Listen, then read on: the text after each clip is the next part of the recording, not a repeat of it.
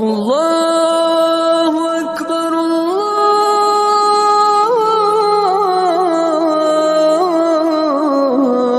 اکبر۔ ہم نہیں پڑھتے، ہم نہیں جانتے، ہم سننا نہیں چاہتے، ہم سمجھنا نہیں چاہتے، ہم پریکٹس کرنا نہیں چاہتے۔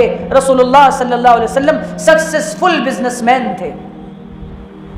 آپ نے تجارت کی ہے، آپ نے یہ فرمایا کہ سچا امانت دار تاجر قیامت کے دن نبیوں کے ساتھ صدیقوں کے ساتھ ہوگا۔ آج ہماری تجارت میں جھوٹ شامل ہے، فریب شامل ہے۔ غیر مسلموں سے کہیے ذرا عبداللہ بھائی کے ساتھ تجارت کریں گے آپ؟ وہ ہاتھ جوڑ لے گا، نہیں نہیں نہیں۔ رام لال، شام لال، گنیش ہو تو بتائیے عبداللہ بھائی کے ساتھ تجارت نہیں کرنا۔ ایک بار کیا تھا، میرے 50 لاکھ روپے کھا گئے، ڈبا دیے، بیڑا غرق کر دیا تجارت۔ جو مال حلال طریقے سے آنے والا ہوتا ہے، انسان اپنی جلد بازی کی وجہ سے اپنے لیے حلال کو حرام کر لیتا ہے۔ جی ہاں، ہم نے اپنی تجارتوں کو لین دین کا دین نہیں سیکھا۔ امام ابن حجر العسقلانی نے روایت نقل کی ہے، فرماتے ہیں کہ اللہ تعالیٰ نے اس امت کے لیے رزق میں برکت کا 9 حصہ 10 حصوں میں سے تجارت کے اندر رکھا ہے۔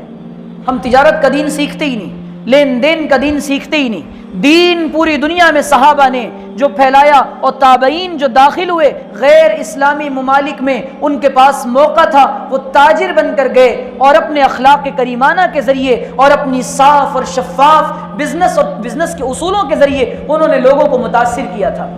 ان کے یہاں ترجیح کا مزاج تھا۔ آج ہم چاہتے ہیں سارا کچھ ہماری جیب میں آ جائے، پڑوسی تاجر بھوکا مر جائے۔ ایک یہودی ایک مدینے کے بازار میں باہر دور دراز کا آدمی خریدنے کے لیے آیا۔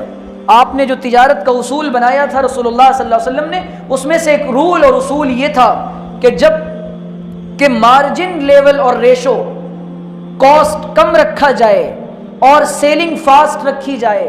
آج ہمارے یہاں کہتے ہیں ایک چیز پہ 1000 کما لو، دن میں 1 بکے ٹھیک ہے۔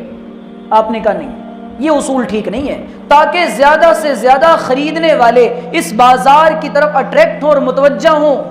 اور اسی طریقے سے یہودیوں کے بازار وہ ٹھپ ہو گئے تھے اور ان کے بازاروں میں وہ بات نہ رہی تھی جو رسول اللہ نے بازار بنایا تھا مدینے کا، اور آپ اس کا انسپیکشن اور آپ اس کی نگرانی خود کیا کرتے تھے کہ اس بازار میں کوئی کرپشن نہ ہو، وہاں بدعنوانی نہ ہو، وہاں پر کوئی بھرشٹاچار نہ ہو۔ آج ہم کرپشن، بدعنوانی، بھرشٹاچار، جھوٹ، دھوکہ، چھوٹی چھوٹی تجارتوں میں آم تولنے والا، سیب تولنے والا اور کیلے بیچنے والا وہ بھی جھوٹ بول کر بیچ رہا ہے۔ سونے اور چاندی اور کپڑوں کی بات تو چھوڑ دیں آپ۔ نبی صلی اللہ علیہ وسلم سیدنا ابو ہریرہ کہتے ہیں، مر رسول اللہ علی صبرۃ طعام فادخلہ اصابعہ فیہا بلل۔ اللہ کے رسول بازار میں گئے، آپ نکلے ایک دن، آپ کا گزر غلے کے ڈھیر سے ہوا، اناج رکھا ہوا تھا، آپ نے اس میں اپنا ہاتھ ڈالا، اس میں آپ کو تری اور گیلاپن محسوس ہوا۔ آپ نے کہا ما ھذا یا صاحب الطعام، یہ کیا ہے دکان والے، تجھے کچھ پتہ ہے کیا کر رہے ہو تم یہ؟ اس نے کہا اصابتہ سماء یا رسول اللہ، اس کو پانی لگ گیا، بھیگ گیا۔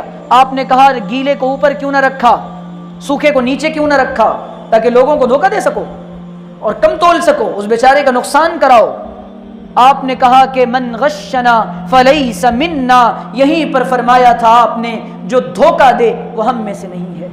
آج دھوکہ دینے کے بعد مسلمان بنا پڑا ہے، دھوکہ دینے کے بعد بڑا ایماندار بنا پڑا ہے، یہ ایمانداری نہیں ہے۔ آپ نے فرمایا وہ انسان ایمان والا نہیں ہے، واللہ لا یؤمن من لا ایمان لا لا عہد لا من لا ایمان لا لا امانت لا، جس بندے میں وعدے کی پاسداری نہیں اور جس بندے میں امانت داری نہیں وہ ایمان والا نہیں ہے۔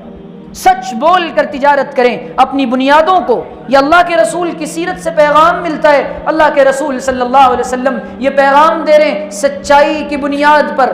اور پہلے کی عورتیں جب شوہر بازار جایا کرتے تھے تجارت کرنے کے لیے تو کہتی تھیں حرام مال اس گھر میں نہ لانا، ہم فاقہ برداشت کر لیں گی، بھوکی رہ جائیں گی، لیکن مال حرام اور ہم ایک چھت کے نیچے گزارا نہیں کر سکتے۔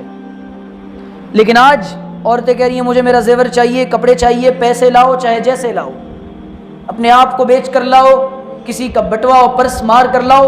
ابھی کل کی بات ہے، اللہ اکبر، میرے پاس ایک نوجوان آیا میرے علاقے میں، اس نے دکھایا کہ ایک خاتون برقع پوش ایک لڑکی اپنا موبائل پیچھے بھول گئی، CCTV فوٹیج میں باضابطہ اس نے مجھے دکھایا، اور پیچھے سے وہ موبائل لے کر چلی گئی. عورتیں چوری کر رہی ہیں برقع پہن کر. کیوں؟ اسی مال کی وجہ سے, اسی دنیا کی وجہ سے, چند ٹکوں کی وجہ سے ایمان بیچ دیا.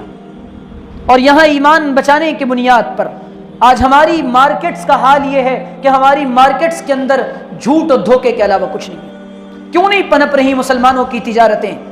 ہم نے کوئی ایسی انسپریشنل بزنس اسٹوری ہے ہمارے پاس کہ ہم اقوام مغرب کو دکھا سکیں کہ دیکھو ہمارے پاس ایسے سچے امانت دار تاجر بھی ہیں؟ اور یہ بیچارے, اور پھر یہ لوگ کہتے ہیں کیا کریں, جھوٹ تو بولنا پڑتا ہے نا. میں ایک دفعہ میں عمرے پہ جا رہا تھا, سعودیہ کے ریال کی ضرورت تھی.